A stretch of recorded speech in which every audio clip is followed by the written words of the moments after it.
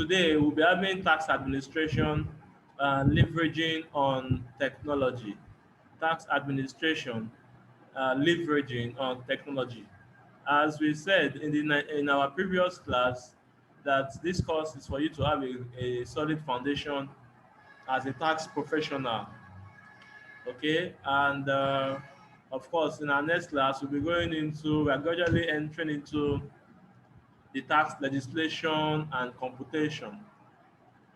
We are gradually entering into tax computation and legislation. So today we'll be looking at tax administration, okay, and which is a key component of Nigerian tax system.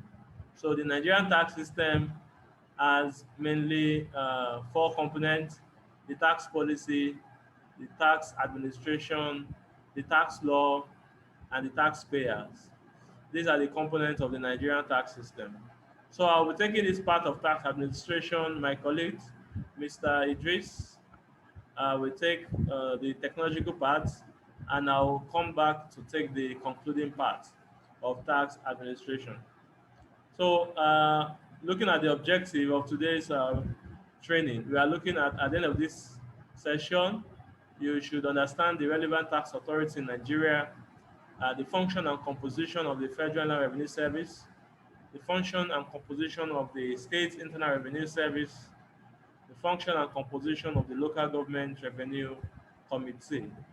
Okay, so when it comes to tax administration in Nigeria, who are the administrator? The tax administrator are those charged with the authority for assessment and tax collection. They are charged with assessment and tax collection.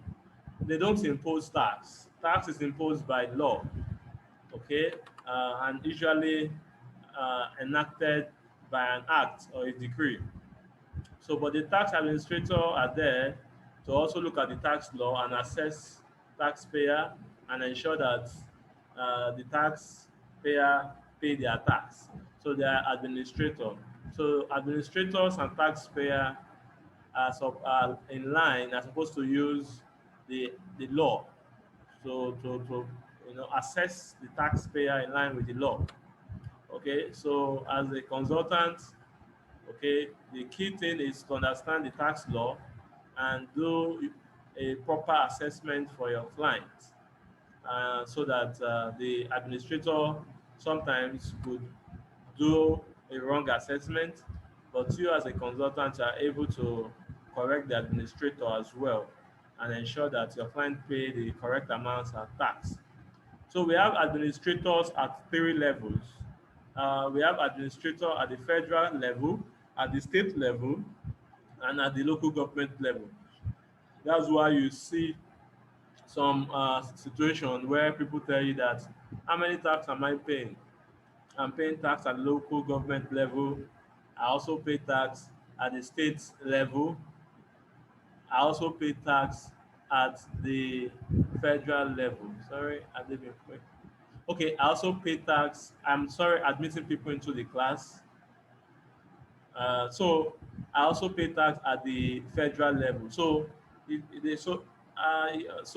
as a consultant, you should be able to understand when you are relating with the federal tax authorities and when you are relating with the state tax authorities and local tax authorities. So you should have a kind of network of communication channel in all these agencies. Okay, and let's look at the federal. This is what's happening. Those are the federal level. The federal level is the main administrator at the federal level is FIRS, Federal Inland Revenue Service, and it was established by an act in 1979. That's the CETA 1979. Now it's under the operation is mainly under the Federal Inland Revenue Service Establishment Act 2007, and this governs their operation. Okay, and don't forget in the Finance Act 2020, there are some amendments in the FIRS Establishment Act that allows the FIRS board, FIRS to use proprietary technology to use more of technology in administration, and that's why we're having this session. So there's this law have empowered them to use technology for tax administration. Now uh, we also know that the FIRS is governed by the board, Federal Inland Revenue Federal Inland Revenue Service Board, and the board has its own composition. What's the composition of the board? Okay, the board that manage the federal tax is established by the service, to be known as Federal Inland Revenue Service Board, that have the overall supervision of the service. Okay, so the board supervise the FRS. So the board is ensure that the FRS is operating in the right direction, in direction with the law. Okay, so that's the board. And who makes up this board? The board is made up of the executive chairman of the service, which shall be experienced in taxation as chairman of service, appointed by the president and subject to the confirmation of the Senate. So Chairman Mr. Muhammadu Nani is current chairman and is the head of the board as we speak now. So we also have 6 members with relevant qualification which shall be appointed by the president to represent each of the 6 geopolitical zones. So they are also a member of the board. We also have a representative from the Attorney General of the Federation.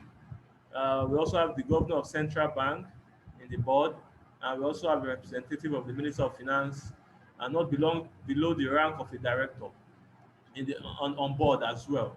So you could see that the board is made up of people from the judiciary, from the monetary authority, that the central bank, and from the Ministry of Finance and the fiscal authorities, Ministry of Finance. So all these people, they come together, brainstorm, and ensure that FRS is operating properly in line with the act that established it. Now, we also have people that makes up this board in addition to those I've mentioned. We also have the chairman of the Revenue Mobilization, Allocation and Fiscal Commission, or his representative, which shall not be uh, which shall not be below the rank of a commissioner. Okay, and also we also have commissioners representing the 36 states of the federation. We also have the group managing director of NNPC as member of the board, or its representative, which shall not be below the rank of group executive director of the corporation. We also have the comptroller general of the corporate affairs commission, or its representative.